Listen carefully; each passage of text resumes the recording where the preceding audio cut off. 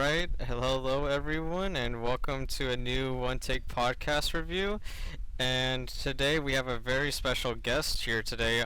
Before we introduce what we're talking about, I want to introduce our special guest here. We've been friends for quite some time now. He's also a very great YouTuber and Twitch streamer, and I want to introduce my friend Caleb, aka ThatSamoanGuy. How you doing, Caleb?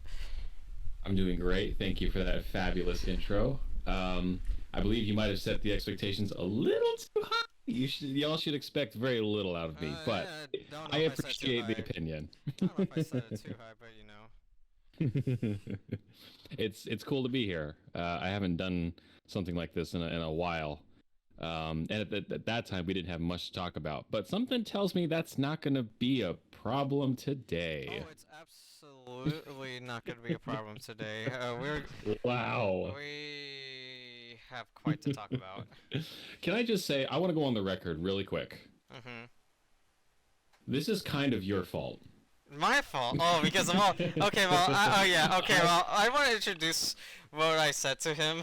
Okay, so before we talk more into Yes. detail, we have to introduce the movie. I think we have to talk Oh, about. sure. Uh, I don't even know if it needs an introduction, but this we're reviewing Space Jam: A New Legacy. It just came out last week on theaters and HBO Max, so you can watch it if you, on HBO Max if you had HBO Max as well for a month.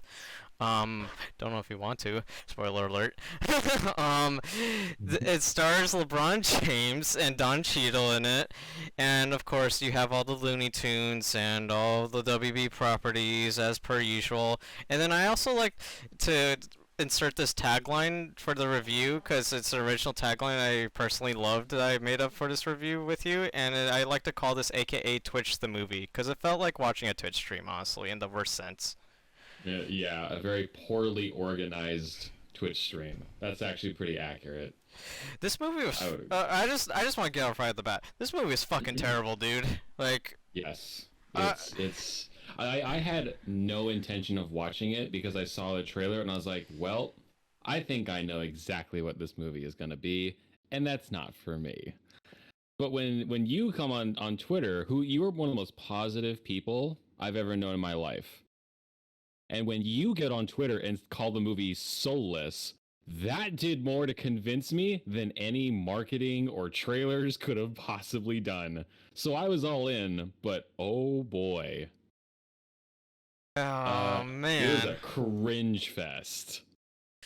Oh man. Just more than a cringe fest, man. It was just like. I don't even know how. Like, how do you describe this movie? Is the question. Yeah, I was thinking about that while I was taking a shit. Because that's, kind of how what the production process felt like for the movie. It's kind of like, have you ever gotten, everyone says like salt on the wound or lemon on the wound or anything like that. Have you ever actually gotten salt or lemon in like a cut that you've gotten? Oh, it burns. It burns a It, lot. yeah, it doesn't feel great. If that sensation on your brain is kind of what it's like to watch for 2 hours, it's kind of what it's like to watch Space Jam: A New Legacy. Oh man, I just want to say as well, like while I was watching this, I had like I'm halfway through the movie. Yeah. I actually stopped it because I was like wondering, do I want to continue this just because of how bad it was? And then I hmm was like, you know what? I am gonna continue it, but I'm gonna grab some drinks while I do this because I want to be under the influence for the rest of this shit. You know, like Yeah. I do not want to be like sleeping during this crap because I just want to see what could potentially be in the last hour of this movie. Because honestly, I paused it right after the montage of. Well, we'll actually get to the montage in a bit because I have a lot to talk about that montage. But hmm but I actually want to talk about before we go into the film in detail, about the first Space Jam, the 1996 movie with Michael Jordan. Yes. Um, Yes. before we go into a new legacy, I want to ask, what's your take on the first Space Jam before? The first Space Jam, I grew up in the 90s, and so I have a lot of fond memories of that movie. Even sometimes when it was just kind of on in the background, I wasn't super paying attention to it as a kid. Uh, I I look back on it now and I'm like, this isn't a very good movie, but it's accidentally charming at random times. Like it manages to hit its stride a couple of times, and it overall, like, it's very much a product of its time. I would not say that it's a shining example of how you ought to write a movie or how to direct a sports figure to act. But that aside, especially now having known, I watched there's a Netflix documentary series called The Last Dance about Michael Jordan, like, and the Chicago Bulls during that time era, and it actually shed a little bit of light on Space Jam. So I definitely respect it a little more now. I enjoy it. It's definitely like silly and it's fun. It's bad, but it's not. That doesn't necessarily charming, or I'm sorry, cheesy does not necessarily mean bad. And I think that movie is very cheesy. Exactly, and I watched it recently too, the first Space Jam before watching A New Legacy actually, and Uh-huh. it's definitely cheesy. Like, don't get me wrong, but like Sure. I enjoyed it for what it was, and Hmm. I still Oh, enjoy it for what it was. So I mean, yeah. it's nothing groundbreaking or anything like that, but like it's fun and it's harmless. It Yeah. has, and it has Bill Murray. Like, you can't go wrong with Bill Murray. Like, in Yeah, anything. that's actually one of the charming bits is that, like, when he just strolls into the movie and they ask him a very real, like, how did you get here question, and he completely just like casually breaks the fourth wall. Is like, yeah, I know a guy who knows a publisher who knows a publisher or whatever he says, and they just like, yep, okay, that's a good enough answer, and they just roll with it. I was like, that's cute. But yeah, that's exactly why I still enjoy that first movie. Yeah. And but this movie, this movie, Uh-huh. this movie is This. talk about you know how you said soulless in my because I said soulless in my review because Yes. you said to me I'm like the most positive guy to watch movies sometimes. Yeah, I don't usually talk trash towards movies. I don't usually like ranting towards movies. I never really give negative reviews towards movies unless if it's really called for, like this case Mm. right now, because like Yeah. I have a lot to say about this movie. Oh boy, it just felt like a cash grab. Like, it was a cash grab completely. Like, I don't say that with movies often, but it was a Mm. total cash grab from the start. Yeah. The first one, like I said, it's accidentally charming at times. It still ends up feeling like it was a movie that was made by humans, maybe greedy humans that don't know necessarily, like I said, how to direct an actor, but they're still made by humans. This one, New Legacy, it honestly feels like when you like feed a script through an algorithm and it just produces, you know what I mean? Like a product. I'm like, that's what this feels like. It's a product. Oh my God! Speaking of algorithm, we have to talk about Don Cheadle in this movie because You see oh my how God, see what I did you there? see what you See what I did there? Because it's fucking did? oh my God! It's the isn't this the best writing ever? Because his name is Al-G Rhythm because he's an algorithm. Am I right, Yeah. guys? Am I right? Like, I get it, and I'm like, the movie likes puns, so I on the one hand, at first I was like, I get it, but then when they try and say his name seriously with any kind of sense of dread or villainy to it, I was like, no, stop it. This is not working. I wrote in my notes here while I was watching. I wrote here Don Cheadle is definitely acting like he needed a paycheck since he's playing a character named Al-G Hey, Rhythm. Don Cheadle's got to eat, man. Don Cheadle's got to I eat. mean, he's nominated for 90 Seconds in the Falcon and Winter Soldier for an Emmy, so it's like. Yeah. I turned to my fiance. I went, "This man was in Hotel Rwanda. Look at him now." The man is an Oscar nominated man. Yeah. Like, how does. He's in the Marvel universe right now. He's in the Give him MCU. Marvel money. He didn't need this money, honestly. No, He did not need the Space Jam money, honestly. Like, he did no. not need to waste his talents for this movie. Because honestly, if you really think about it, he really was the only one trying in the movie. Like, he was actually trying. He was dialed to 11. He was definitely super over the top, but in a movie that is full of just completely like flatline performances, yeah, he does stand out as being the only one with, and that's in a movie with the Looney Tunes. How is that fucking possible? Oh my god, man. Like, Shouldn't they be the most over the top ones out of everybody? But somehow they're the most like downplayed, dull characters in the movie, aside from LeBron. oh man, I want to get to LeBron actually, because I wrote in my note. Oh, Oh man, in the intro, because I wrote in my notes here for the first beginning of my notes. Beginning of the film starts off with LeBron as a kid, which is already a carbon copy from the original, and I the don't know whole how I didn't know that the movie was going to start that way. it's totally a carbon copy already, since they're starting off in the '90s with a young LeBron, and that in the first Space Jam they start off with a young Jordan. So it's Yeah. like, and oh my god, dude, and the plot of revolving him, oh my god. Ugh, it's literally just LeBron thinks his son is. I wrote down this in my notes. LeBron thinks video games are bad for his son and should go to basketball camp instead. Yeah. That's the plot, guys. That we're not joking.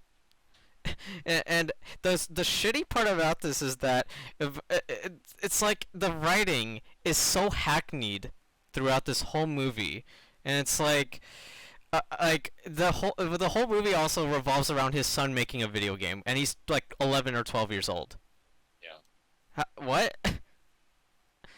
Like, Like in the year 2021, you're seriously telling me that LeBron making money hand over fist James has a problem with his son in video games, which arguably make more money than movies.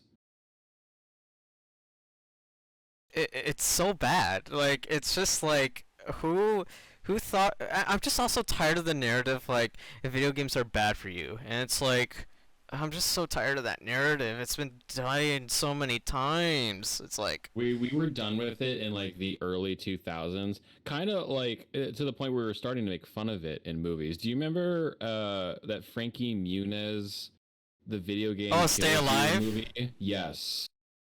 That's right around the time that we were kind of we were poking fun of it because we were done with it. And yet here we are again in 2021 and trying to push the, and you know, they maybe I don't want to jump too far ahead into like the actual game itself, but like yeah, I'm also a little tired of it. I'm a little tired of them, especially when they don't know anything about it. Half the dialogue coming out of his son's mouth is just pure techno babble. I'm like, these aren't even real words you're saying.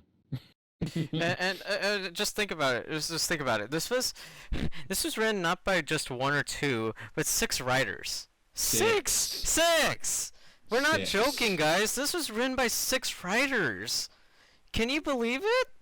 And I'd never seen a number like that before, unless if it was like a huge like unless if it was like World War Z, because that had like a weird ending apparently, like, as well. yeah.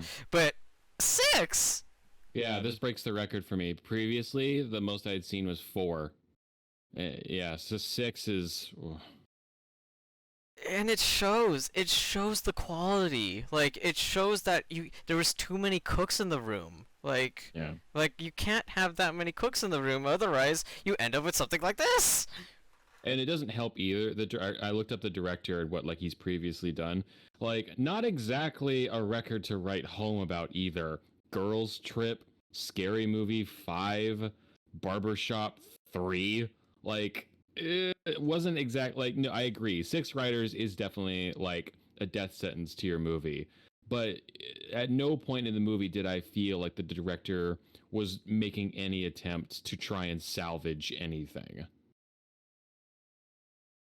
And I mean, the director is Malcolm DeLee, who also yeah, did all those films that we listed, Yeah. and also Yeah. did Undercover Brother, which is actually the only enjoyable film I liked from this director, actually. Yeah.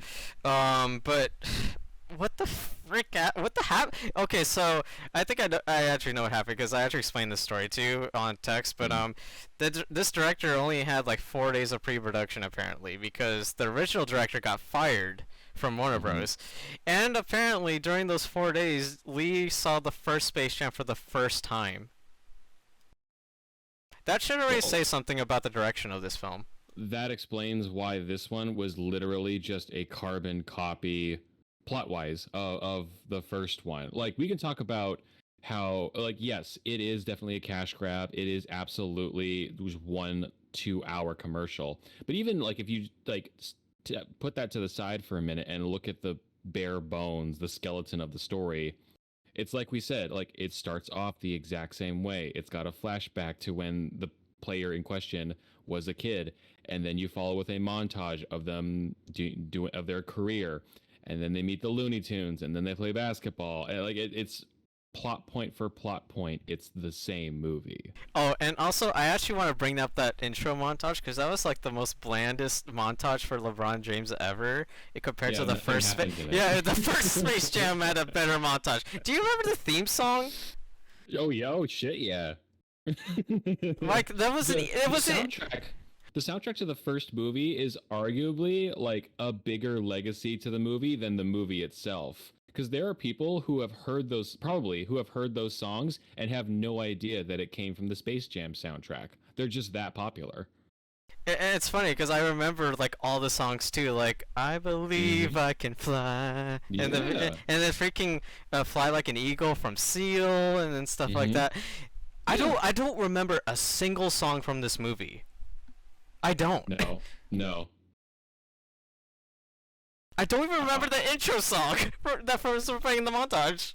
the only song I legit remember is for there's like an 8 second segment where they do a remix of a song from the first movie, and that's it.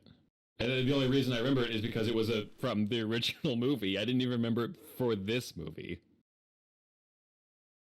Yeah, the soundtrack was not even that good. The intro was so bland, like, and then Matches Leading Man just fine. and then like I wrote in my notes after the intro, and then I said, oh, and then I said LeBron James and that actor who plays his son is gonna get a Razzie for this movie because the acting in this movie Ugh. is like it's like as if they went to just they didn't even take acting class. They just went there for the set and just like, okay, just go do your lines on the spot. Mm.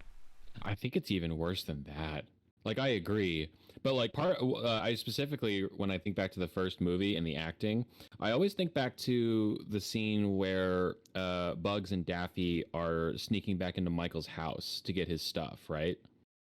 And the little kids catch them and they help, and the little kid going like, "Oh yeah, they were gonna play the with the Looney Tunes," and then, like when the little kids act like that, I'm like, "This is bad," but you're little kids. Like I kind of give it a pass, and it's cute to hear little kids talk like adults. So sometimes, so it's funny. But with this movie, everyone acts like this, especially the adults, and there's no real reason for it. It's really bad. LeBron's acting, I said to this to many people, looks makes Michael Jordan look like an Oscar winner. I'm being serious. Like Yeah. he is so bland in this movie. Like, and he's also kind of a dick father if you really think about it in the film. Like, Oh, he is. he's Yeah, like they make a point of it. it's like he doesn't want his son to play video games. It's like what's okay? What's the problem with that? It's like Yeah. See, Michael in the first one didn't have any kind of judgments or reservations towards anyone else. He was just going through a weird time where he just wanted to play baseball. That was it. That was the extent of like his personal turmoil. In this, it's oh man, my son's a real disappointment because he doesn't like the same things as me. I'm like, fuck you. Like why does that matter? Why can't he like something different? it's like LeBron James is supposed to be this role model, really? He ain't, Really? this isn't a role model attitude to me. Oh man, like I remember in the first movie too when they did gleam over a bit of Jordan's family. It was actually Hmm. cute. Like it felt It's cute. genuine. Like Yeah. sure it wasn't like like I mean, it was not. It should. It probably you could say is slow in the movie since it wouldn't involve any loot tunes. But even then, Yeah, like it was it still. wasn't exactly riveting. Yeah, but it was still it was still genuine and like fine. It was there. But with this film, the family scenes just feel Nothing. it just feels so There's nothing. it's nothing. Like yeah, like you said, it's soulless. It cuts to the first like, oh, there's a woman talking with LeBron and they're getting in bed. I guess that's his wife, but I don't know. They're not really like establishing anything. The first one too, like, Mikey comes home, he hangs out with his kids for a bit, and yeah, like you said, it's not super exciting, but at least we get to kind of know him a little bit for like 5 minutes. It's 5 minutes is better than nothing. Yeah, five again. Yeah, like you said, 5 minutes is better than nothing. But there is no development whatsoever with these characters. No development with anybody here in this movie. I give, as now in retrospect, I give Michael Jordan like the tiniest bit of leeway, because back then, he, first of all, yes, he's not an actor, and also he's acting with nothing. Like, there's no one there for him to react to. Ewan McGregor had a hard time acting with nothing when he did the prequels, the Star Wars prequels. There's literal behind the scenes footage of this new movie where LeBron, like, there's someone standing in place of Bugs Bunny for him to react to. So what's the excuse now? There's no excuse. Like it's Isn't. there's no excuse. It's funny because I saw on Twitter like so many people on Twitter and YouTube saying, "Oh my God, LeBron's acting was so amazing. He's the best actor ever." Nobody. I think I can name a better athlete turned actor. It's actually he's actually named Kevin Garnett from Uncut Gems. Like that was a much better performance than what LeBron did, and he had less screen time. Yeah, that's the kind of stuff that makes me like, this is another reason why I sometimes try to avoid a movie like this when I see the trailer. If I can immediately tell that people are going to dig it and I'm going to get annoyed at other people digging it, I'm going to be like, well, that now I feel like an asshole, because now I don't want to turn my nose up at people and be like, you don't know good acting.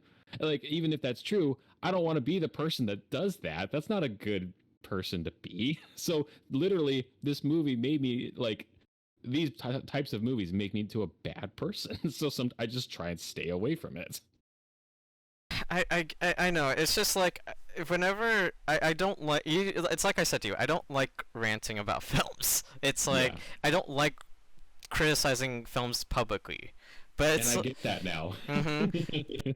but my goodness, man, I just feel like with this type of film, it's like it just felt like a long ad, which we will get to all the shit, the big nitty gritty shit. We're saving that. We're still saving that. 'Cause that's gonna take a while. Oh, we have to get through that quite a bit. But what else? What else did I have in my? Oh yeah, going back to LeBron actually.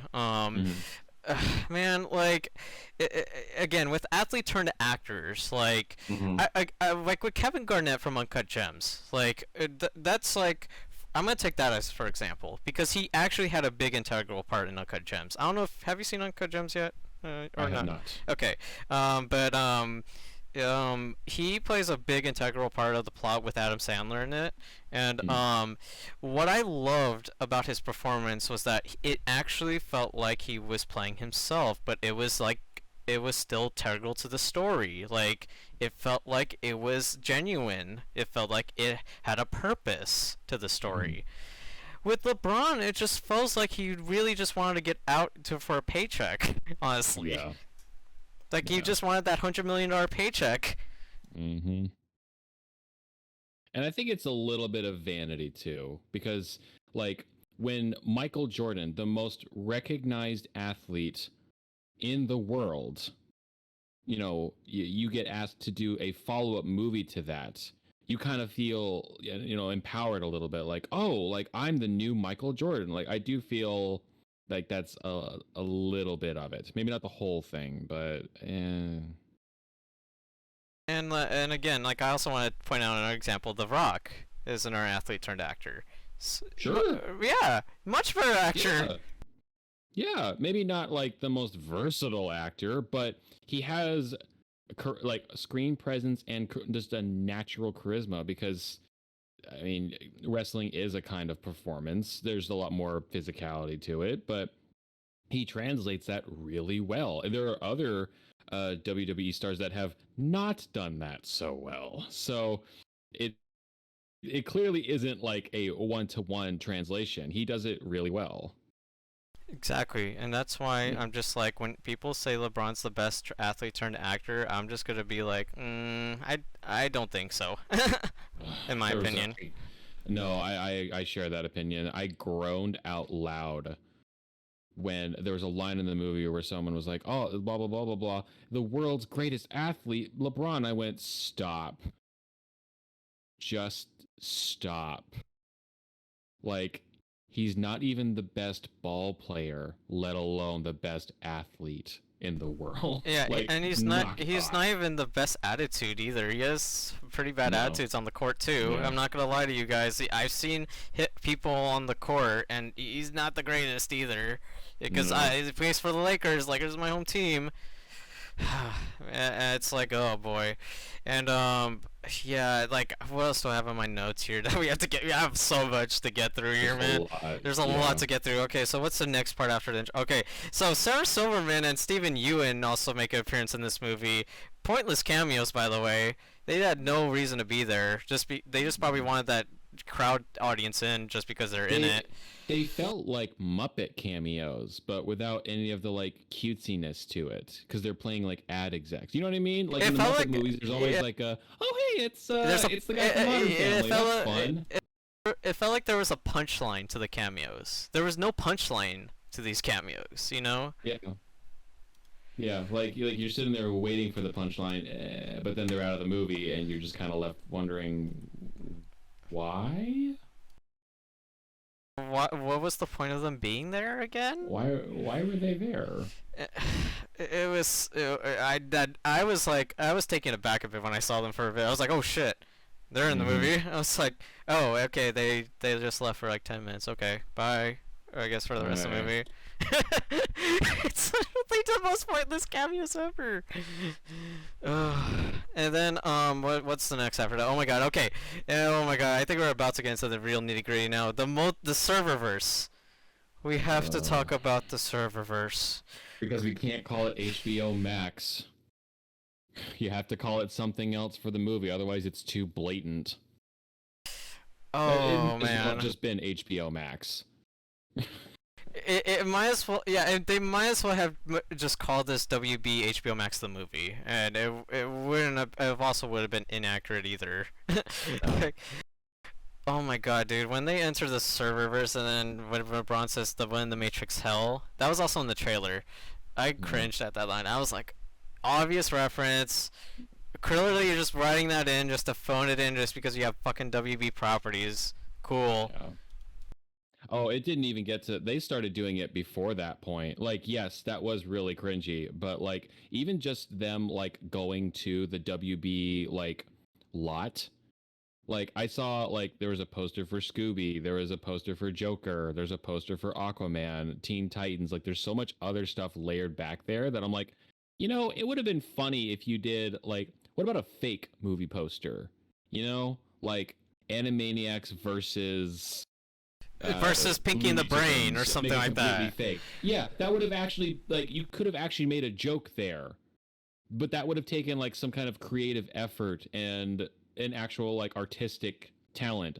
And apparently, none of your 6 writers had any of it. So they just, okay, well, we'll just put up posters for stuff we already own. It's fine. Dude, and also, I actually want to bring up another movie that was in the Looney Tunes universe, Looney Tunes Back in Action. Because that was actually a really good Looney Tunes movie, in my opinion. Because it made jokes within that universe. It had fake posters. It made jokes within the fourth wall. It felt like a Looney Tunes movie. Yeah. Yeah, they actually acted like Looney Tunes. And guess what? Brendan Fraser's a much likable lead than LeBron is. Oh my god, what? Casting someone with acting talent and comedic timing in a Looney Tunes movie? Pfft, you're crazy. I miss Brendan Fraser.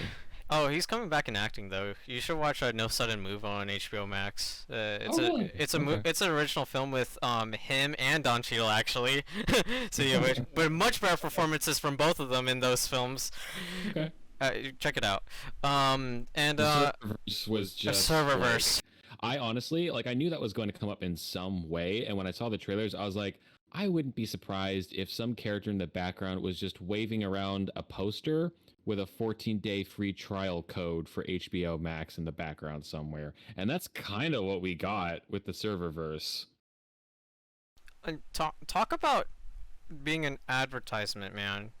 Talk about just being an advertisement. Like I get that people called the first Space Jam movie an ad, It but is. but Like, yeah, it is. It is. oof. But this It, movie, it the picked its moments, man. This one didn't.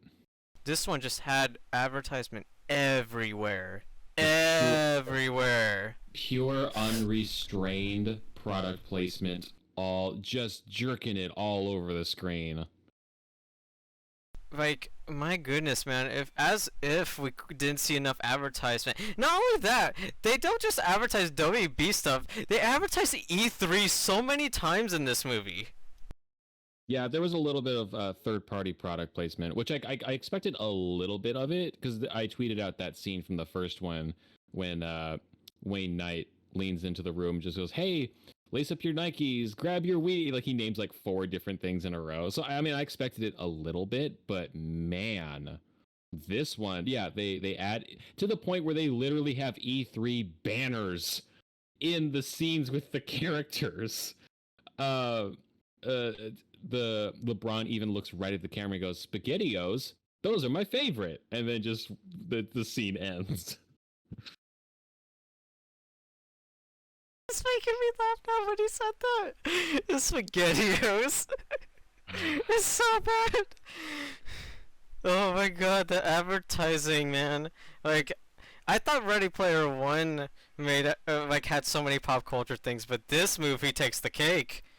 Yeah, I think we've officially hit a new low because people like to talk about, yeah, Ready Player One and a Man of Steel, that fight scene that where he's being smashed around into all the different like store logos and ads and stuff like that. People complained about that, and I kind of agree. But no, this takes it to this is going to be a whole new bar with which to measure product placement in movies going forward. This is like slimy.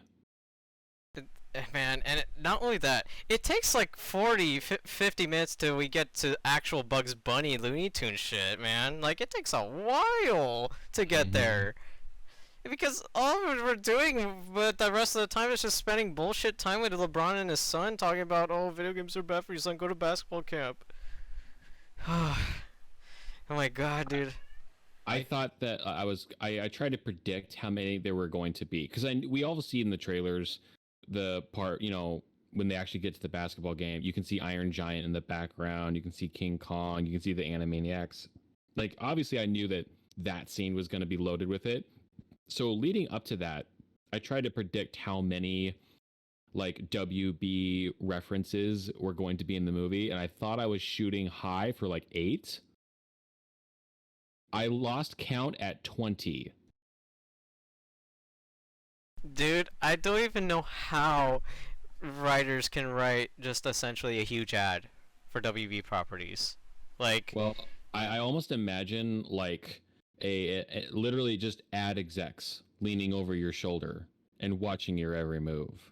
yeah, it's like WB executives and CEOs like, oh, add this movie in there, add this movie Hmm. in there, add that, no, add that TV show in there, please. And oh my god, we gotta get to what they actually did add in there, cause oh my god, cause I sent you clips and pictures before you even watched this movie too. Yes. Yes. Holy shit, man, the amount of properties they have here in this film. I just want to get through that really badly edited montage that was in the middle of the film, like when they were getting all the Looney Tunes to the team. Yeah. Cause oh my god, if there's Yeah. a worst editing nomination or win, this takes the fucking cake, man. This takes the Mm-hmm. like. Okay, so the first part we see is actually with Daffy and Porky Pig involved with the Justice League, Yeah. apparently. So we already have the Justice League DC part covered there, and then we go to fucking all of a sudden have Austin Powers pop in like, oh shit, what the heck? Austin Powers comes into the frame. What the hell? And it's like, and then also I just want to point out, what kids know Austin Powers these days? What kids know Mad Max? What kids know The Matrix anymore? Like What? half of these references, they're not gonna know what the Gremlins are. Oh my god, dude! And speaking of like Casablanca, Casablanca. What kid is gonna get Casablanca references? Stop laughing, dude. 'Cause it's so bad. It's so bad.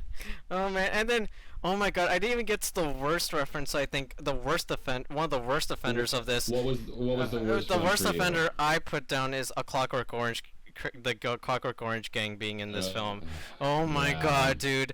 Okay, I just want to say this, like, because people were like saying on Twitter as well on YouTube, like, oh my god, all these Easter eggs were so fun to point out and stuff like that. Yeah, it was totally fun to point out a Clockwork Orange gang who were involved with rape and sexual crimes in their own film in a kids movie, right? Yeah, it was great seeing Pennywise, the child murderer, in a children's movie. And it was also I also pointed out another obscure character actually, because they did make an appearance. It was a nun character from this film called The Devils in the 70s that is known for an X-rated rating and having an orgy sex scene. But cool for kids, right? Can't wait for kids to Google that shit. My God, like it's like they expect.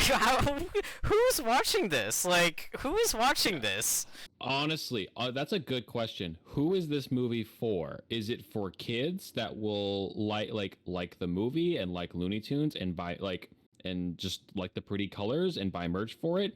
Or is it for the adults that have grown up with the original and are now old enough to get references like Mad Max, Casablanca, Austin Powers, that kind of stuff? And, Like, oh my God, Rick and who are Morty. you trying to appeal to exactly? And when Rick and Morty appeared, I was like, I was already done with it. I was like, Yeah. they're trying really fucking hard at this point.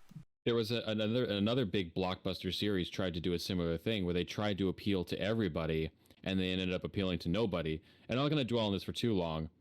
The Bayformers series. Oh, They Transformers. tried really hard to appeal to everybody by having the cool action, by having everyone being comic relief, dog sex jokes, I guess.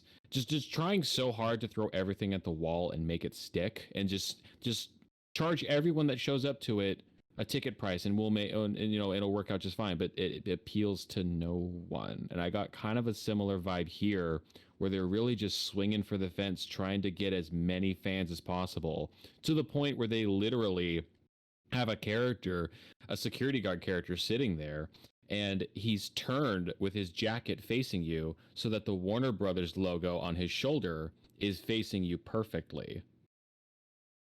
It's honestly kind of disgusting to see how much advertising is in this film, to be Yeah. honest. No, yeah. So I chose the word slimy for a reason. It's kind of it's very gross. Like, It gets in the way of the movie. Like, it literally, that whole montage that you just described, that's 40 minutes of the movie. We could be doing so many other things with 40 minutes of the movie. 40 minutes into the original Space Jam, they're already prepping for the game.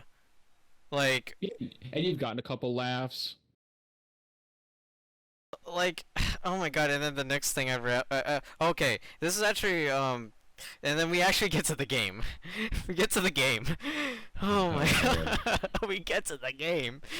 It takes so long to get to the game, and then the game is like an hour long in itself. It's like so long, and it's If like you can even call call it it a game. exactly, if you can even call it a basketball game, because I feel like there's barely basketball in there. Like, If bare minimum, like with a basketball movie, is that the actual game itself should be kind of exciting. I feel like that's the mission statement you start with. But again, the movie is more obsessed with trying to sell you shit.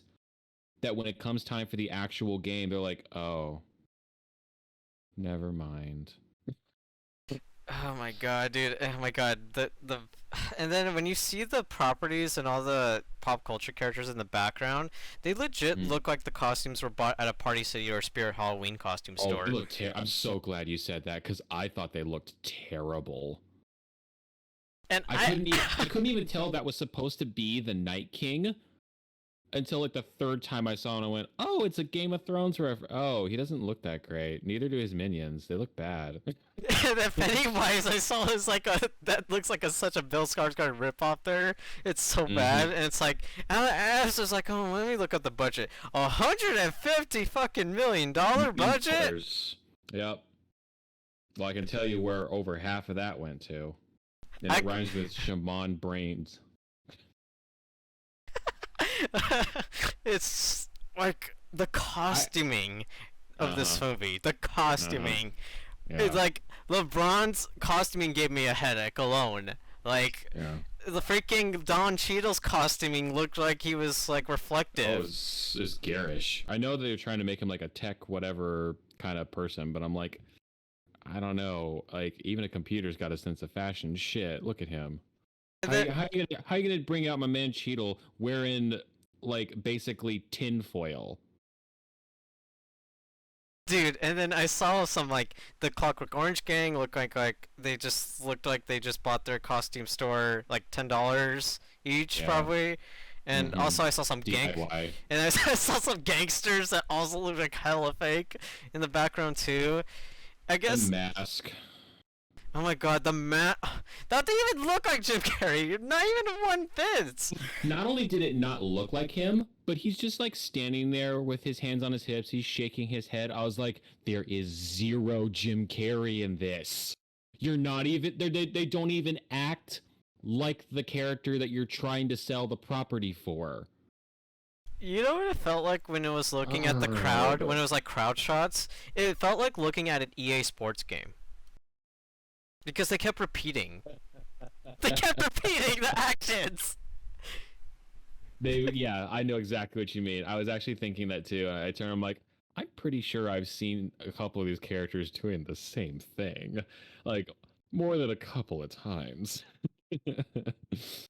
Oh my god! And you told me the mask wouldn't have made a good basketball player. You didn't try and get the mask.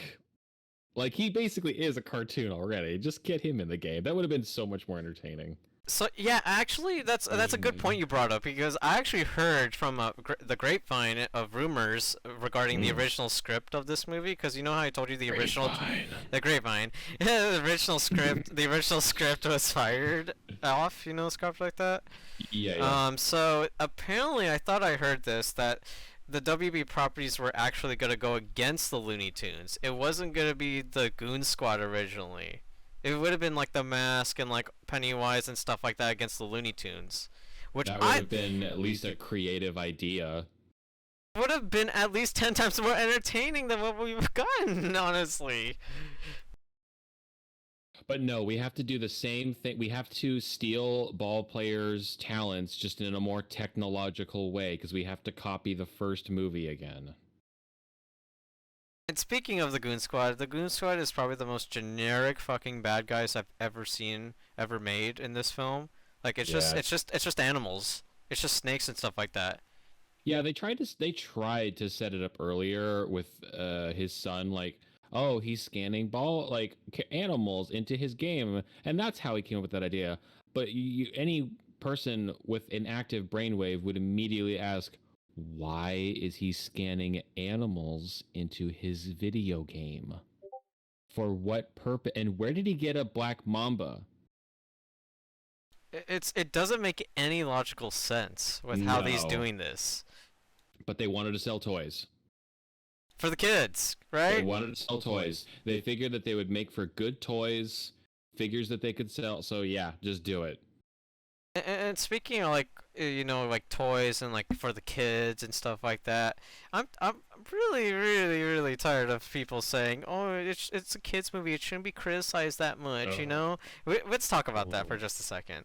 I am so tired. I am so tired of that saying. I am so tired because it's like, it's like saying kids are stupid then. Like, do kids Yeah. deserve stupid movies then? Like, no, they don't. I've seen better kids movies this year alone that were better written and directed. They were called Raya and the Last Dragon and Mitchells versus Machines. It I understand when you say, "Oh, it's just a kids movie," if what I'm criticizing is silly puns or silly character names. Yes, you should keep in mind that it is a kids movie and it's probably going to be a little sillier. But to talk about the quality of a movie and say, "Oh, it's just a kids movie. What do you expect?" I expect effort. If anything, kids need to be challenged more in a movie than adults do because this is a kind of a pivotal time in their development. So the best kids movies stand the test of time because effort was put into it. How to Train Your Dragon, Willy Wonka, Who Framed Roger Rabbit is one of my favorite kids movies. Rango, Shrek, for God's sake. Like, all of these movies Prince stand of the test of time and keep coming back into the public eye because there was talent and effort put into it. When you say, "Oh, it's just a kids movie, it's just supposed to be stupid," I don't fucking buy it. It's not supposed to be stupid just to be stupid. Exactly, and that's why I'm just like I can name so many better kids movies in the past couple years that are better than Space Jam: A New Legacy. Like Like, freaking whatchamacallit, Moana, freaking Zootopia, yep, The Lego movie the Lego was movie, better than this. It was made by the Laika, same studio. Uh, Pixar, Laika Studios, oh my god, freaking Coraline, Paranorman, mhm, Kubo and the Two yeah. Strings. Spider-Verse, Into the Oh my god, Spider-Verse. Spider. If You you don't know, want to hold everyone up to the same standard of Disney, if you say that's unfair, fine, I'll agree with that. Into the Spider-Verse. yeah, I was about to point out actually, Into the Spider-Verse was my favorite movie of 2018, and that's a Mine kids too. movie. That's a Yeah, kids movie. And I can yeah. tell you already, that has more intelligence and emotion than a Space Jam: A New Legacy does.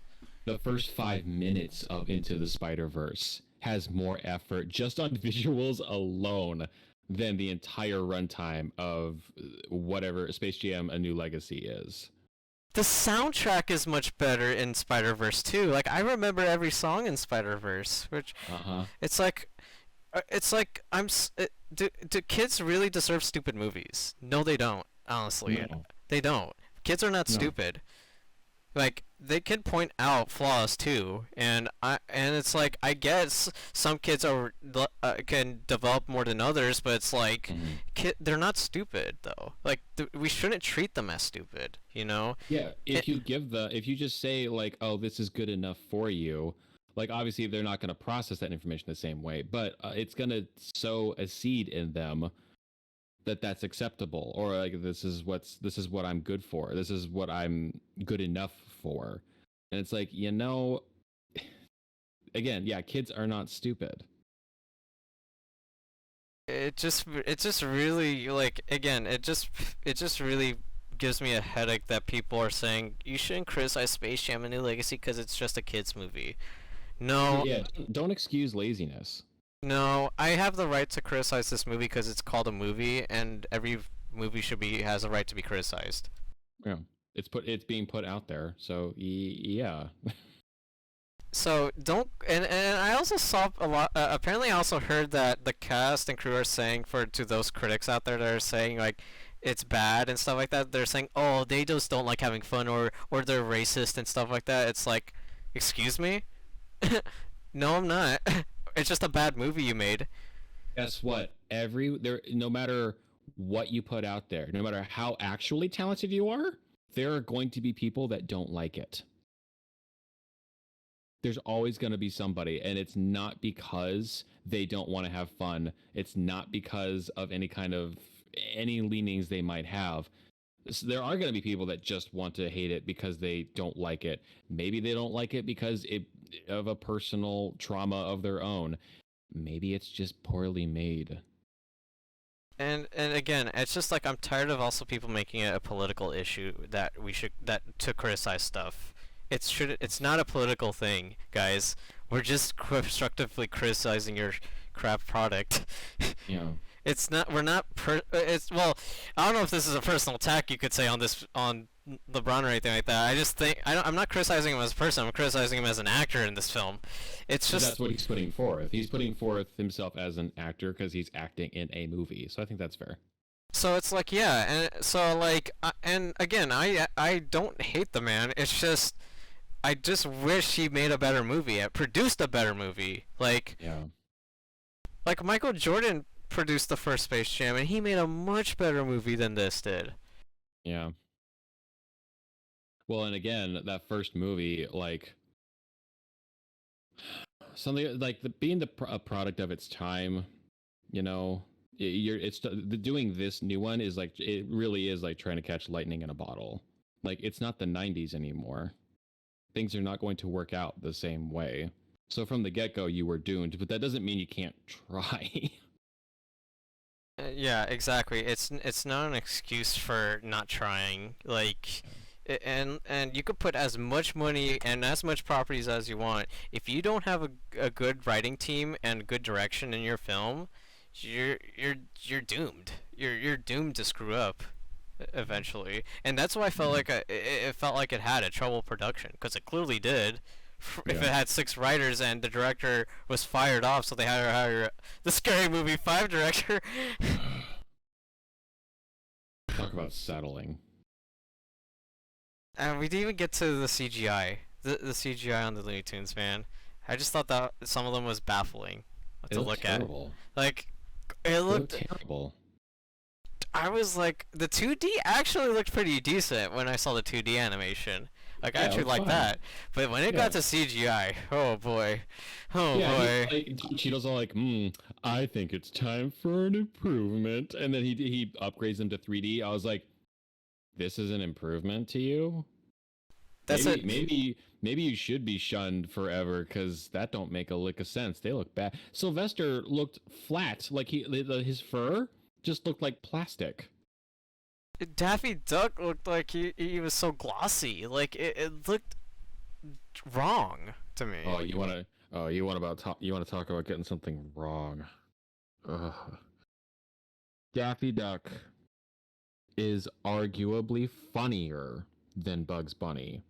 Now, I'm not going to sit here and pick sides, but I have heard countless debates for the last couple decades that, back and forth between Bugs and Daffy. And that's kind of the dynamic they have, right? I don't remember a single funny thing that Daffy did in the movie. I don't either. I don't either, honestly, now that you think about it. Like, I wrote down so many Nothing. notes about this movie, and yet it's still so unmemorable that I'm just like, did I remember even anything from this movie after I No. finished it?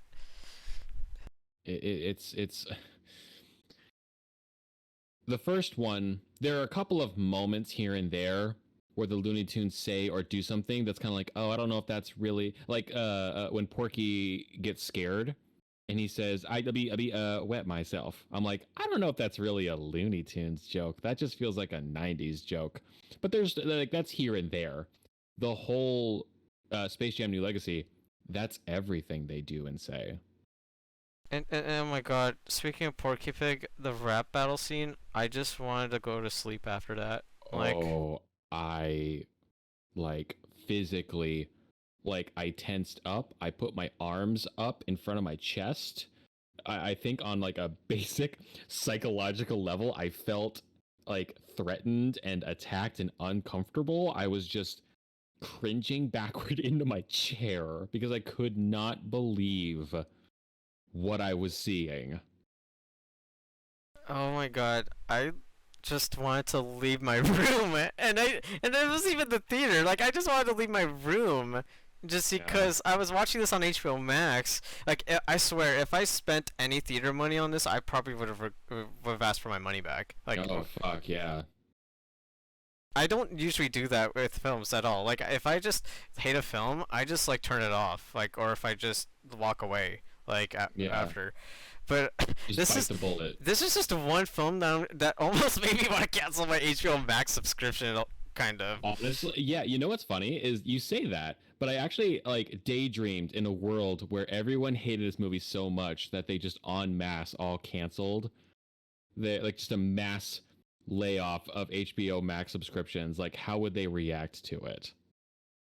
And I'm not gonna do that obviously because I still like a lot of the content on HBO Max since this is just one fucking movie. Like I can ignore it after this review probably. I But absolutely would if I believed for a second that anyone else in the world would do it, but I know they oh wouldn't. yeah, oh yeah. Also, it dethroned Black Widow in the box office for #1. It made like over like almost 100 million already. So it's like we all know it's gonna be a freaking success now. It's like Because people are dumb. Sorry to sound condescending, but like if you pay money for this and you liked it, that already says enough about you that I can't put in words. I This thing is just you paid for a 2-hour ad. At least the Super Bowl is free to watch. and at least You Twitch streams are free to watch too. like you may watch, yeah, you may watch those if like and just get like a bunch of ads thrown at you, but at least you didn't put money into it. Yeah, oh man, it's so bad. Like The this is basketball game, like 'cause you mentioned the rap and like the whole like I didn't realize we were going to be like technological with the game. I just thought, from the trailers I'm like, "Oh, it's different kinds of monsters, but it's still like a basketball game, right?" I like the style points. I'm like, "So this isn't even basketball anymore then. Why do we have LeBron if it's not even basketball anymore?" it's legit a video game at this point. It's a video What game. Like it's not like basketball. Yeah, why did you limit yourself to 6 players? Apparently the rules don't matter. Just get all of the Warner Brother characters there to just swarm the field. Why does it matter? Tell me why it matters. Oh my goodness, man. Like I just don't understand. Like it's like the first movie had an actual basketball game. Like it's like, oh, there's actual basketball. It's Sure. is it like actually hard to film basketball? Yeah, no, it's not. I can tell you that right now. It ain't. Oh, and you know what? I had a glimmer of hope, and I was a fool for thinking that the movie was going to turn around. But I had a glimmer of hope at the end. Maybe we'll save that for a little, like a spoiler section or something. But Well, we kind of already spoiled this Um, movie alone. We kind of already spoiled this movie, so you can go ahead and already say it, because yeah, that's true. I just don't give a fuck anymore about this movie. Well, there's like just kind of just set the stage for our gentle listener. They foreshadow that there's when they do LeBron's trick in the game, it triggers a glitch, and that character gets deleted. So then fast forward to the end of the game, where they're like, "Oh man, if Don Cheadle controls the game and the points and stuff, how do we score?" And they go, "Wait, we'll do that shot, the shot that glitches the game out." They're like, "Oh, okay, so we'll glitch out the game." And when I heard that, I went, "Oh, interesting. They're going to try and bluff Don Cheadle and make him do the move that glitches out the game. Don Cheadle will delete himself, and that's how we win the game." I was like, that would actually take some basketball strategy. This is where LeBron's expertise comes into play. This is going to be interesting. And like, it's too late to salvage this movie, but maybe it'll go out with a bang. And then they immediately go, "Nah, I'll take the," and they just do the like, oh, the self-sacrifice thing. I'm like, oh, that actually has nothing to do with basketball. Well, now I'm disengaged again. Like I had such a high of like, "Oh, cool, that's a neat idea." Oh, that's not what they meant. Oh, never mind. I should have known better. It's just like, how can you call this a basketball movie? There's no basketball in it. No, there's a zero. Except for like the crappy 30-second montage in the beginning, but you can just watch that on YouTube. In fact, you could just look up any basketball game on YouTube and it'd be better than this movie. I've watched basketball anime that is more entertaining than this. Kuroko's basketball is so much more entertaining than this, dude. It's actually legit good. It's not. I'm not even just saying that like, oh, it barely manages to be better. No, it's actually on its own. It's Side ad. This podcast Oh is yeah, we're sponsored by Crocos Basketball. It's actually really good. But okay, so I need to I never sent this to you, but I'm going to send you. Oh, is it the bingo card? He made a bingo Yes. card that we were gonna show off to each other. Oh no. Yeah, so I figured I'd have to get. I figured if I was just gonna sit there and suffer through the movie, like I might as well be engaged in some way. So I made myself a bingo card. I tried to predict what this movie was gonna have in it. Uh, almost scratched out the whole card. I can see this card and it's actually not that badly inaccurate to the No, and I was movie. going for a couple parts. I was pretty specific, but I tried to keep it as broad as possible, like pretty standard, uh, lowest common denominator stuff. Oh man, this is pretty accurate to the movie alone, man. You I was surprised at how accurate this was, how easy this was to predict. oh So man. up at the top, for our listeners at home, up at the top, I've got no Danny DeVito because I figured Michael Jordan wouldn't come. If anyone was going to come back, it would probably be Danny DeVito. But I figured even he would have the self-esteem to not do it. Danny DeVito Uh, would have actually has talent to not do this. yeah, well, yeah, and I mean, he's still getting work, so like, why should he debase himself to do this? I have the LeBron flashback. I actually thought that we were going to see a scene of LeBron trying out for the basketball team at school or something. That's what I thought we were going to We get. still got a flashback though. Yeah, and again, I feel stupid. I'm like, of course it was going to start off with that because that's how the first movie started. So, yeah, I feel a little silly in retrospect. I've got cameos of other sports figures. I felt like that Oh, was yep, just a we given definitely got we were going that. to get someone else. We definitely got a lot of modern NBA players in this, and WNBA players. Yeah. Just to keep you informed. Yeah. I mean, they all played the Goon Squad members technically as well. Yeah. And I mean, they didn't really add anything to the film at all. Like it was. If you, yeah, you could have told me that the Goon Squad were voiced by someone else, and I would have bought it. I seriously don't remember them at all in the film. Honestly, like until you just mentioned it, like the cameos from other sports figures here. Yeah. I've got reference to the original. I didn't think they were going to be as blatant as Bugs Bunny turning to the screen and saying that the plot is the same as the first movie. But there you go. Okay. I was a little cheeky. Lola steals the focus because Zendaya is too expensive to not have her do things. And yeah, turns out she has more lines of dialogue than Bugs probably does. Oh, she has a focus actually in this film, surprisingly, which is like what? It's like okay, well I love Lola, but man, like the things she does is not memorable in this film, like at all. Like it's No. I don't remember what she did other than the beginning scene with the Amazonians, but other than that, like I don't remember anything she did, or to play the She basketball game. Yeah, she keeps having these little asides, these little one-on like moments with LeBron. And honestly, like if you didn't know any better, you would say that they like have played together before or like were friends before at one point because the way they interact, I'm like, why does she get so much more? And the thing she's saying is just stuff like, we're getting creamed. What are we gonna do? Like anybody could have said this stuff, but of course they had to give it to Zendaya because she costs more to get on the billing. One good Uh, joke. One good joke. I figured by just pure accident, law of averages, there has to be at least one good joke in the movie. For me, it was the Michael B. Jordan. Yes, that was actually my favorite joke too, because that was Yeah. actually got me a chuckle out of the whole Yeah. movie. Like I was like, there's no way Michael Jordan is in this movie. So what are they leading up to? I was actually interested and curious, and I was like, you know what?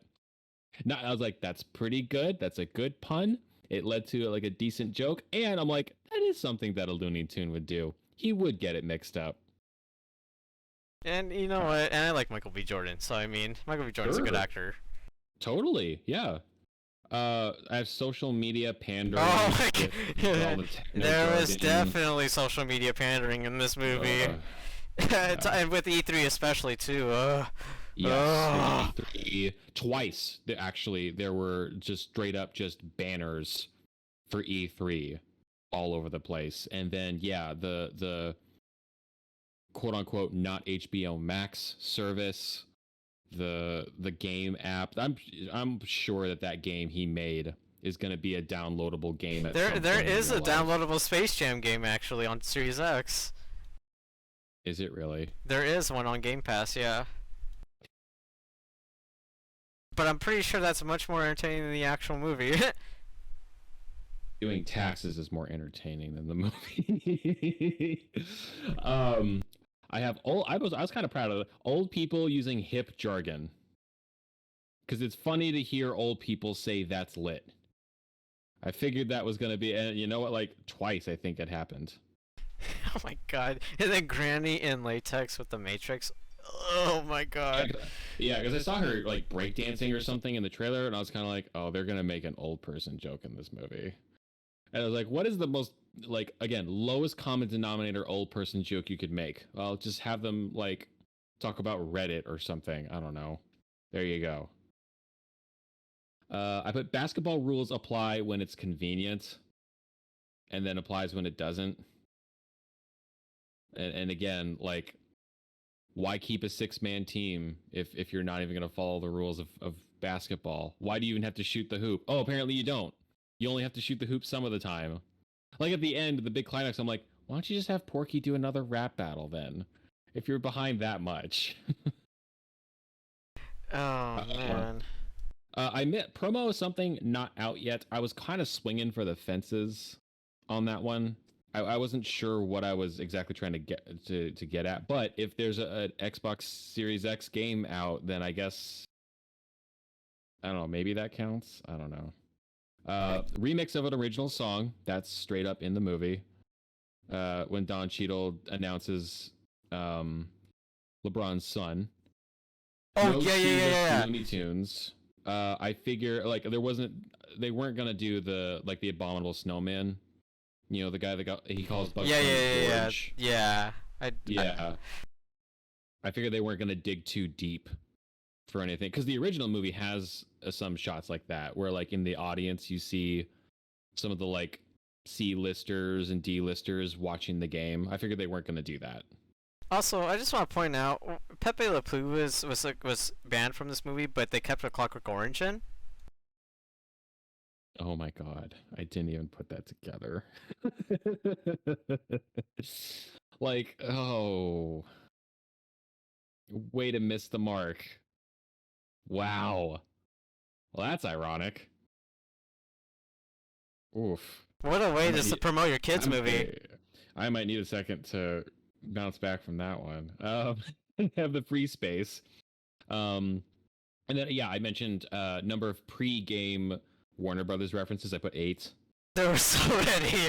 And yeah, that got blown out of the water before we even got to the server, into the serververse.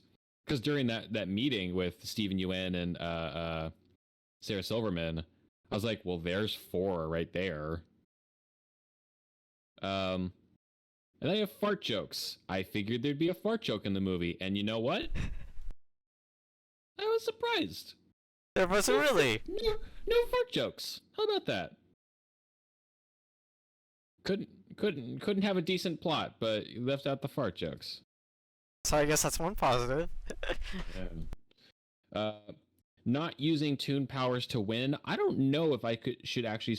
I still have it not scratched, but I'm wondering if I could actually scratch it out. I think you could scratch that out completely too. You know that they totally did not use tune powers to win. You know, it was like they make it a point. Actually, LeBron says, "Hey, don't play like Looney Tunes. You gotta play like the real game. Stop using." Oh my god, powers. yes. Oh my god. Speaking of which, you could have a drinking game every time he mentions fundamentals. Fundamentals. Yeah, you'll need a designated driver every time he says that. It's ridiculous. And in fact, like, I would think that someone would sit him aside and be like, hey, believe it or not, we've had life or death situations riding on the outcome of a basketball game before. And when we used our Looney Tune powers, we ended up winning.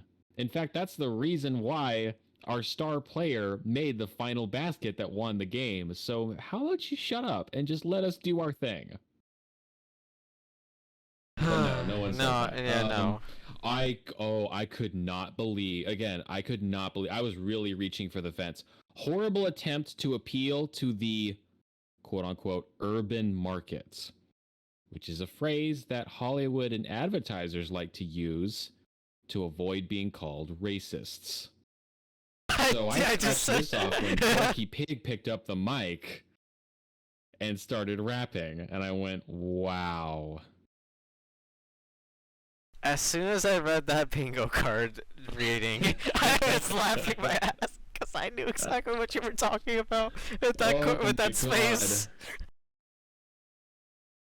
It is that scene is the cringiest scene ever, man. It's like, and you know what's really just the shit cherry on top of the whole thing is that if you cut it out of the movie, it changes absolutely nothing. All it does is completely kill the pace of whatever game they're playing. You can't call it basketball, but if you just cut it out of there, the pace is at least still consistent to the before and after. All it does is bring everything to a screeching halt. Then you got your product placement. Oh yeah. Nike, E3, SpaghettiOs, Red Vines. Like Yeah, I saw also, I definitely saw Xbox, I saw freaking, I saw, I'm trying to think what else I saw. There's so many product placement in this movie, man. It's hard to keep track. yeah. But you keep going with this card list.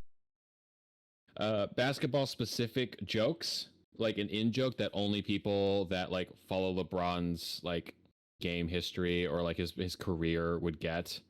And I felt two different distinct times where they were holding for laughter and I just didn't get it. So I was like, I'm pretty sure that's what that is. Crotch / genital injury. Was pleasantly surprised at the lack of crotch kicking or people being dropped on their crotch in the movie.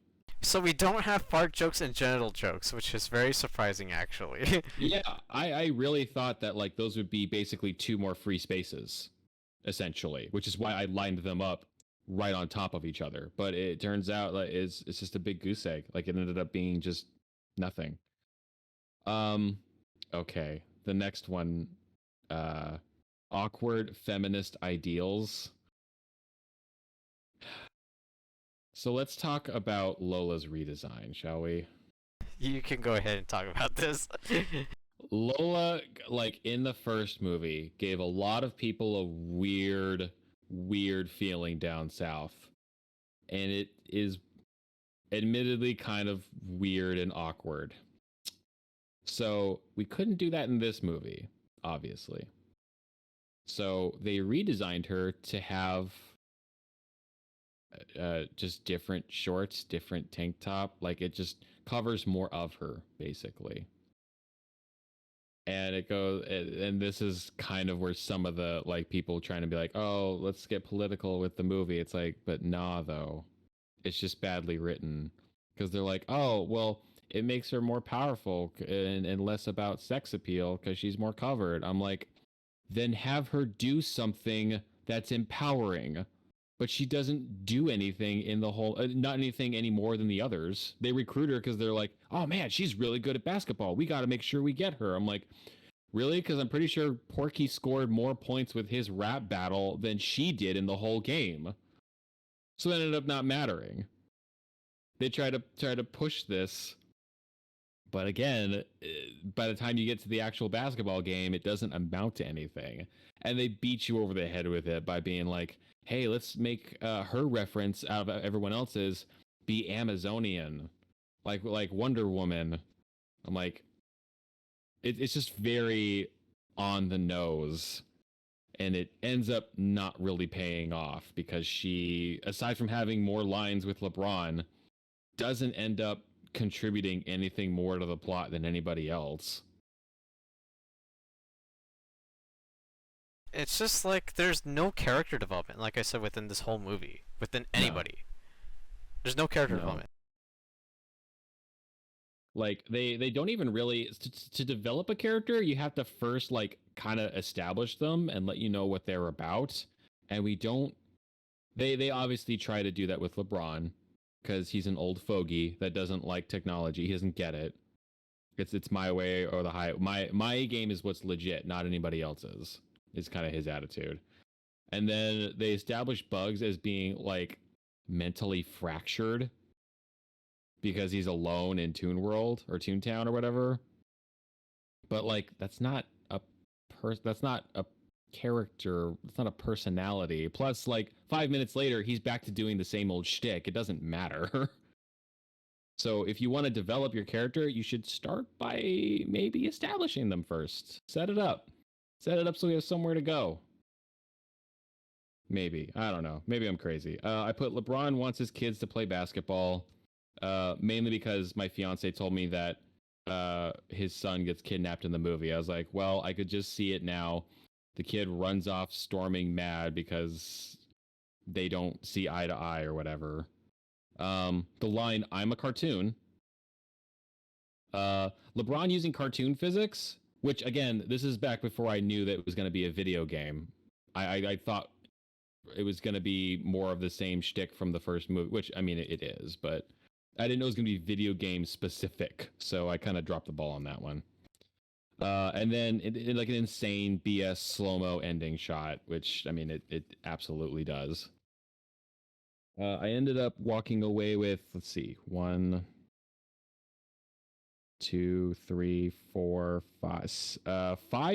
bingos. So yeah, that kept me pretty busy through the movie, and thank God, because if it wasn't for that, I would have been reaching for the drinks just like you.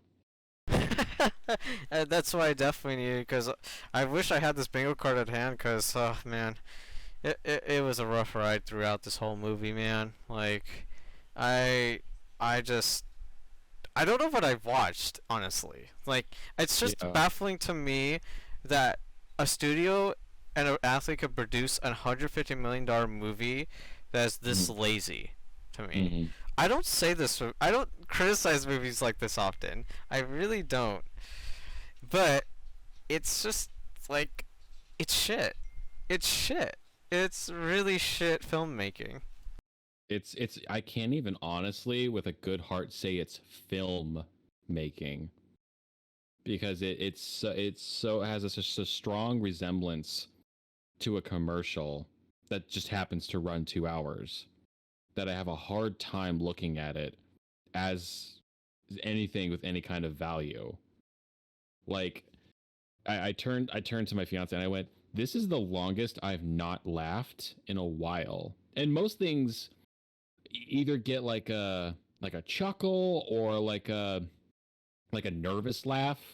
You know, when like as someone at work tells you a joke and you don't think it's that funny, but you don't want to be rude. So you're just like, it didn't even get that out of me. I just kind of sat there. You might as well have just been jangling keys in my face because I was getting nothing else out of it.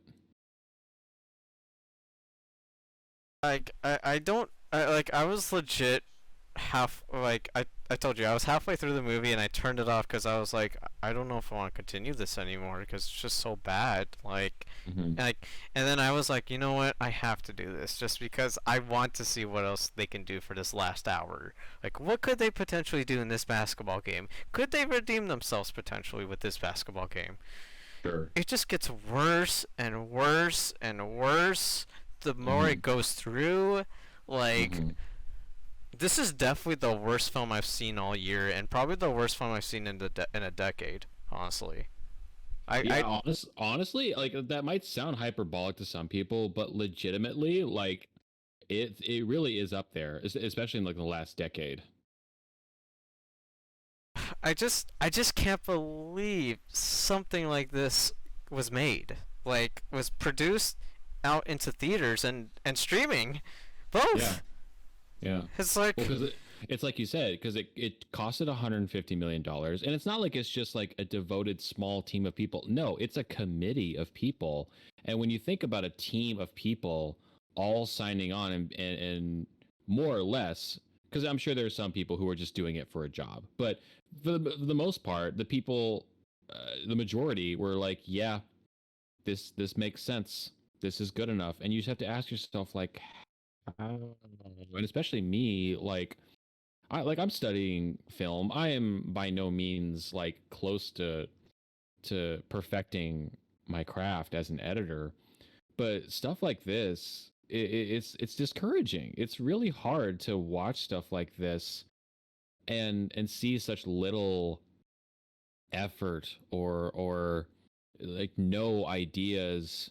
It's discouraging because you're like, is that all it takes? What am I putting myself through? Why am I having such a hard time breaking into the field if this is all it takes? it's super discouraging because it shows us that original filmmakers don't really have a chance then at box office numbers and critics and stuff like that to get recognized. Because Yeah. it's like all it has to do now is just put a bunch of fucking properties and ads in a movie and that will get butts and seats. So it's Hmm. like, okay, I just feel like it's like we said before. It's honestly gross just to see that being promoted in Yeah. that way.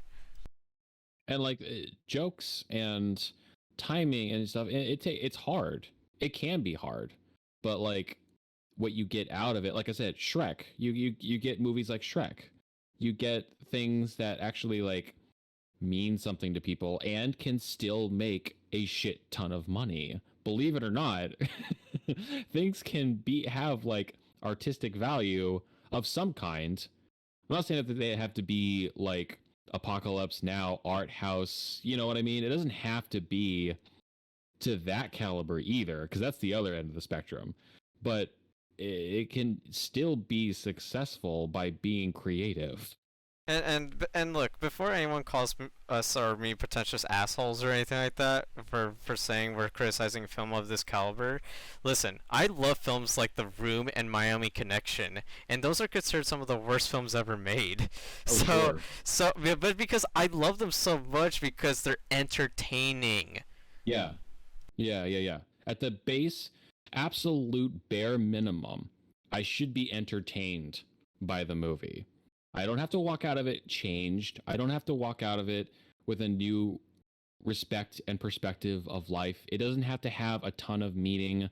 This doesn't even have to have cinematography at all. But I can get more out of what, like you said, I can get more out of watching Miami Connection or The Room because I'm at least the movie is engaging with me on some level. Even though whoever made it has no idea what they're doing, I'm still able to engage with it on some level. It's a whole new level of terrible when $150 million goes into something and it's essentially a flatline. Yeah, this whole movie is a flatline. It's just it felt so dull and boring. Like it's just like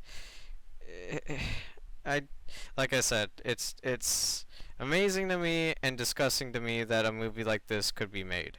And it's like and I can't believe a movie like Blade Runner 2049 could fail at the box office. Yeah, weekend of Pacific Rim because that's when I think it was Grown Ups 2 was coming out like the same weekend, and Grown Ups 2 was just like slaying it, and Pacific Rim got crushed. And I was like, again, that's not exactly like high art either. It's a giant robot movie that features the line elbow rocket unironically. So it's not exactly it's I'm not going to sit here and pretend that I like only high art pretentious media, but when something it's discouraging, like I said, to see something like things like that, to see Blade Runner 2049, to see Dread, to see Pacific Rim, Scott Pilgrim, things with like real talent and people that know what they're doing and have something that they want and love to do, get brushed to the wayside for soulless, brain dead, easy to sell, easy to produce crap. And the depressing part is that it works. This movie is making money. And before we sign off, I also just want to point out the movie you just mentioned, Scott Pilgrim, which also has a bunch of references to pop culture. But that Yeah. movie is just like so good with its structure and its storytelling and its direction, because it's directed by one of the best directors in our world right now. So Yeah. it's like it doesn't make sense to me that Space Jam should deserve this type of treatment, because it shouldn't, honestly.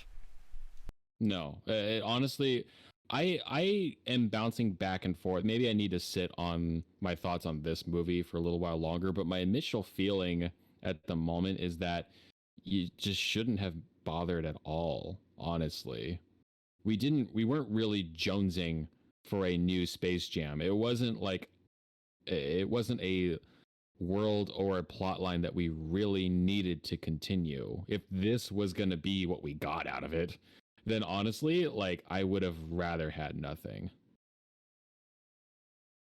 Yep, you should stick to the classics, in my opinion.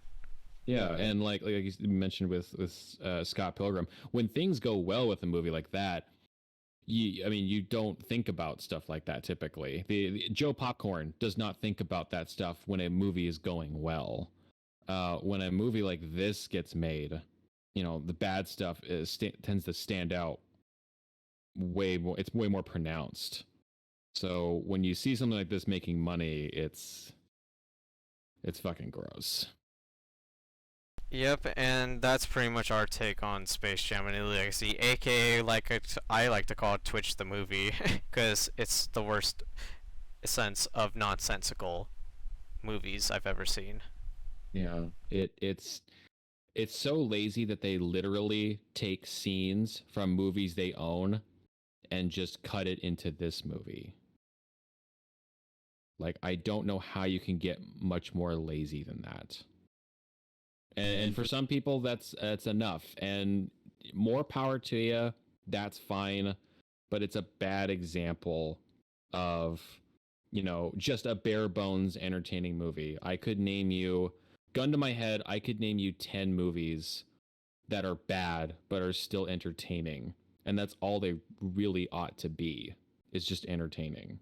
Exactly, and I legit saw on HBO Max after I was done, next to it, Speed 2 Cruise Mhm. Control. I would rather watch Speed 2 Cruise Control than this, honestly. Again, Yeah, if you, as long as you have HBO Max, like, honestly, you could do laundry and be more productive of your time than Space Jam: A New Legacy. But like, if you're gonna be on HBO Max, like, yeah, Speed 2 Cruise Control, Godzilla, there's tons of Godzilla movies on there. The Mummy is on there. Like, there's so much other stuff on the same platform that you can be watching instead. I don't know why you would fucking debase yourself and watch this. go We do watch. it 'cause it's Yeah, funny. yeah, we do because we wanted to because we thought it was funny.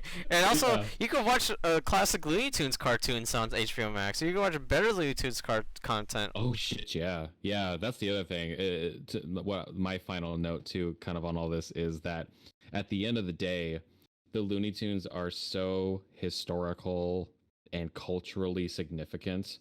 Seeing them in this to just sell shit to kids and to adults as well, it's like digging up Abbott and Costello's corpses and like tying a 20% off code to them and swinging them around on the sidewalk like a street board sign. It's just infuriating to see. It's horrible. Well, Caleb, thank you so much for ranting this movie with me, man. Absolutely. I really needed someone to talk about this with, because I wanted to make sure I wasn't crazy when I was talking about this movie, because I was You know what? yeah. Yeah, I completely understand. When I saw Transformers, the third one, in the theater, there was applause, and I felt like maybe I was the crazy one because everyone around me was applauding. I was like, "Am I missing something? Am I the alien on planet Earth? What's going on?" So I completely understand. And you know what?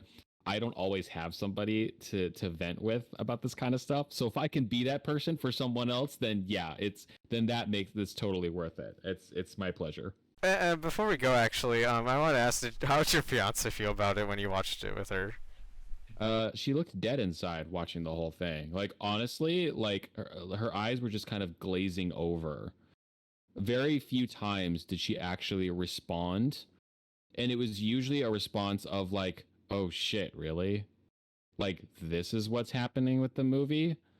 Like I think the one that really got her was when LeBron first falls into Toontown or whatever they call it, and he hits the ground, and instead of a LeBron shaped hole in the ground, it's a Nike shape hole in the ground. And she turns to me and she just goes, "I can't believe they tried to pass this off as a movie when it's not." Yeah, it's not a movie, guys. Don't watch it. Don't watch Space Jam: A New Legacy on anything at all. Don't waste your time with it. Uh, Literally watch anything else Looney Tunes related, including the first Space Jam. well, thank you so much, Caleb, again for Mm-hmm. reviewing this with me. Where can they find you online? You could find me on Twitter where I talk about movies. I do have a YouTube channel of That Samoan Guy. Me and my fiance play games. It's fun. And then I have a Twitch. You won't find me there too often just because I work and I'm not always able to stream. It's kind of unreliable. But I do occasionally stream games there as well. It's all under That Samoan Guy. I try to make it as easy as possible, so it's just the same thing across the board. Again, thank you so much for taking your time, stopping by here for the podcast, reviewing Space Jam: A New Legacy. And yeah, I hope you guys enjoyed this episode and consider subscribing if you enjoyed what you saw here. Mm-hmm. And that's about it for now. See you guys next time. See you later, guys. Bye, guys.